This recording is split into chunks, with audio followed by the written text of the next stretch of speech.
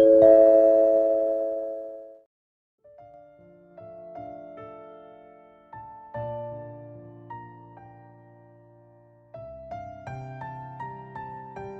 নাম পাহি। মানুহজন ঢুকোৱাৰ পিছত মোৰ কাৰণে ঘৰ চলোৱাটো বহুত বেছি টান হৈ পৰিছিল। কাৰণ মানুহজনে এটা প্ৰাইভেট কোম্পানীত কাম কৰিছিল। তেনেকৈ আমি চলি আছিলোঁ। কিন্তু মানুহৰ জীৱনত কেতিয়া কি হয় কোনেও ক'ব নোৱাৰে।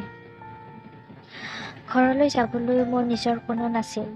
উপায় নাপাই মানুহজনে কাম কৰা কোম্পানীটোৰ মেনেজাৰজনক লগ কৰাৰ সিদ্ধান্ত ল'লোঁ।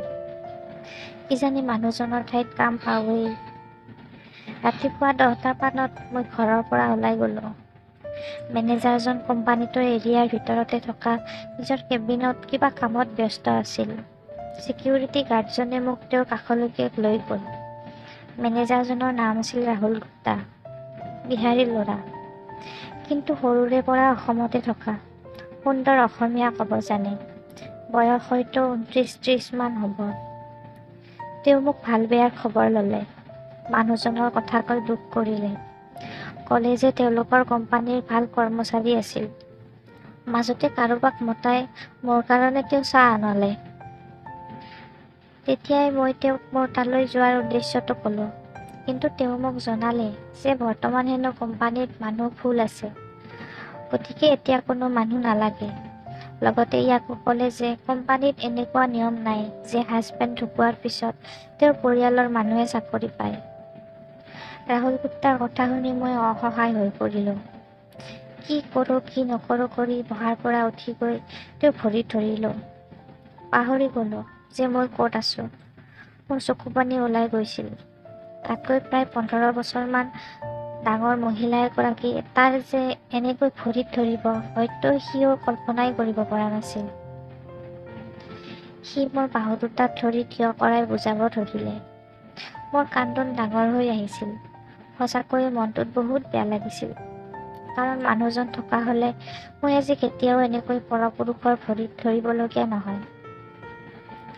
মই বুজাই থকাৰ মাজতে ৰাহুলে ছিকিউৰিটিজনক ফোন কৰি ক'লে যে অলপ সময় যাতে কাকো ভিতৰলৈ আহিব নিদিয়ে। কেবিনৰ ভিতৰতে এটা আছুতীয়া সৰু ৰুম আছিল। ৰাহুলে কামৰ মাজত ৰেষ্ট লোৱাৰ কাৰণে। সি মোৰ বাহুত ধৰি থাকি ক'লে, ব'লক আপুনি অলপ শান্তিৰে বহি লওক ভিতৰত, অলপ সুস্থিৰ হৈ লওক। ৰুমটোৰ ভিতৰত মাত্ৰ বিচনা এখন আছিল। সি মোক বিচনাখনত বহুৱাই মোৰ কাষত বহি মোক বুজাব ধৰিলে। মই অনুভৱ কৰিলোঁ যে মোক বুজাওঁতেই তাৰ হাত এখন মোৰ পিঠিত ঘূৰিব ধৰিছে, যেন মোৰ পিঠিখন পিহিব ধৰিছে। মই অস্বস্তি বোধ কৰিলোঁ। কাৰণ পুৰুষৰ হাতৰ স্পৰ্শ মই ভালদৰে জানো। এটা 22 বছৰীয়া ল'ৰাৰ মাতৃ মই। ৰাহুল গুপ্তাৰ পৰশ মোৰ ভাল নালাগিল। কাৰণ জীৱনত মোৰ মানুহজনৰ বাহিৰে কোনেও মোৰ শৰীৰটো চোৱা নাছিল। ৰাহুল গুপ্তাৰ মুখখন মোৰ একেবাৰে মুখৰ কাষ পালেহি। তাৰ হাতৰ পৰশবোৰো কঠিন হৈ আহিল। মই উঠিব বিচাৰিলোঁ। সি মোক ঘপহকৈ সাবটি ধৰি গালে মুখে চুমা খাব ধৰিলে। মই তৰ্কিবই নোৱাৰিলোঁ। নিজকে এৰুৱাব বিচাৰিলোঁ তাৰ পৰা। ছাৰ কি কৰিছে? এৰক মোক। মোৰ বাধা শুনি তাৰ জোৰটো আৰু বেছি হ'ল। মোক সি বিচনাখনত বগৰাই পেলাই মোৰ গাত উঠি মোক হেঁচা মাৰি ধৰিলে। মুখখন মোৰ কাণৰ কাষলৈ আনি ফুচফুচাই ক'লে, কামৰ চিন্তা নকৰিব, কাম মই দিম। ৱাইফ প্ৰেগনেণ্ট, বহুত দিন চুদিব পোৱা নাই। অলপ সুখ ল'ম আপোনাৰ পৰা। কথাখিনি কৈ মোৰ গালত চেলেকি দিলেহি। মোৰ গোটেই মুখখন চেলেকিব ধৰিলেহি। মোৰ গাল, ডিঙি, কাণ এফালৰ পৰা চেলেকি গোটেই মুখখন তাৰ থুৰে ভৰ্তি কৰি পেলালে। চেলেকি উঠি মোৰ ভিতৰত সি জিভা ভৰাই মোৰ দাঁতৰ আলুবোৰ চেলেকিলে। মই উশাহ ল'ব নোৱাৰা হৈ পৰিলোঁ। মোৰ গাৰ পৰা চাদৰখন আঁতৰি পৰিল। গাত অকল ব্লাউজ, মেখেলা, পেটিকোটখিনিহে আছিল। মোৰ বয়সৰ কাৰণে শৰীৰত বহুত চৰ্বি জমা হৈছিল। পেটটো বহুত বেছি ডাঙৰ আছিল মোৰ। শৰীৰৰ যতন নোলোৱাৰ কাৰণে কাষলতি চেকৰে নোম বহুদিন কটা নাছিলোঁ। মোৰ চকুৰে অহৰহ চকুপানী নিগৰিব ধৰিলে। ৰাহুলে দুয়োখন হাতেৰে ব্লাউজটো খুলিব চেষ্টা কৰিও নোৱাৰিলে। মই বুজিলোঁ, বেছিকৈ জোৰ লগালে সেইটো এতিয়া ফালি যাব। উপায় নাপাই মই নিজে খুলি দিলোঁ ব্লাউজটো। ব্লাউজটো খুলিবহে পালোঁ, একেটানে মোৰ ব্ৰাটো টানি বুকুখন উদং কৰি পেলালেহি। আটা মৰাৰ দৰে দুয়োখন হাতেৰে মোৰ ওলমি যোৱা গাখীৰ দুটা উঠাই উঠাই মঠিব ধৰিলে। পুৰত ক'লা পৰা মোৰ গাখীৰৰ গোটা এটা মুখত সুমুৱাই লৈ চুহি দিলে। ইটোৰ পিছত আনটো সি চুহি মোহাৰি থাকিল। মই তাক ছাপৰ্ট নকৰি যি কৰে কৰক বুলি নিৰ্জীৱ শৰীৰ এটাৰ দৰে বিচনাত পৰি থাকিলোঁ। হয়তো তাৰ খং উঠিছিল মই সহযোগ নকৰাৰ কাৰণে। অলপ সময় ৰৈ সি মোৰ মেখেলা পেটিকোট খুলি পেলালে। মোৰ গাত অকল পেণ্টিটো বাকী থাকিল। ৰাহুলে দুয়োখন হাতেৰে সেইটো খহাই পেলালে। পালেৰে ভৰ্তি বুজখন তাৰ চকুৰ আগত ওলাই পৰিল। হাতেৰে বুজখন ঢাকি ধৰিলোঁ মোক।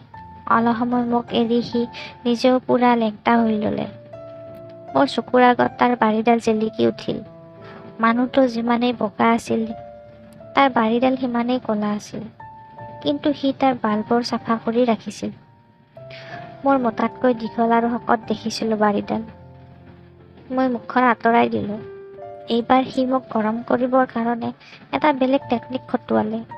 মোৰ টপিনাত সি চৰিয়াব ধৰিলে। মই চিঞৰি দিলোঁ।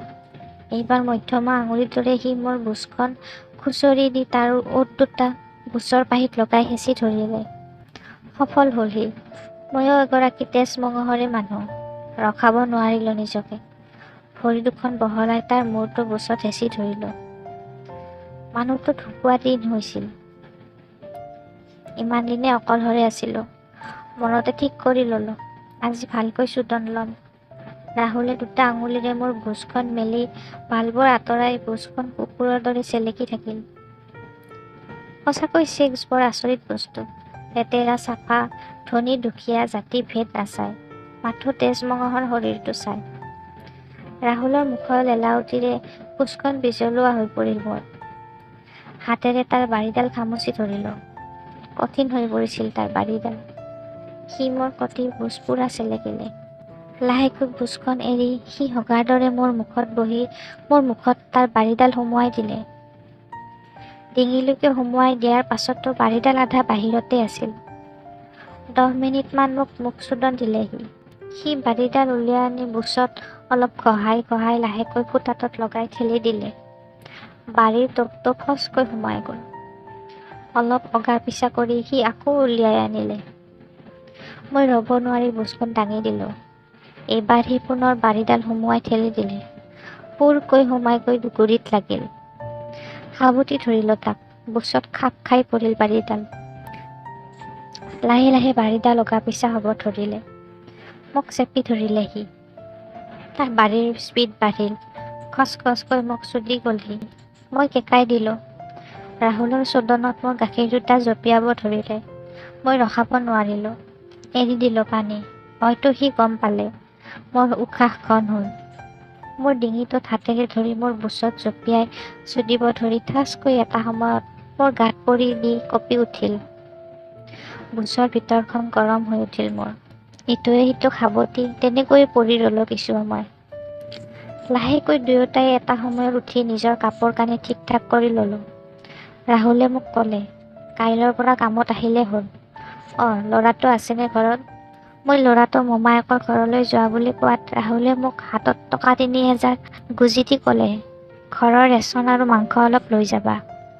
হেঁপাহ নপলাল, ৰাতি আৰু খাম আজি।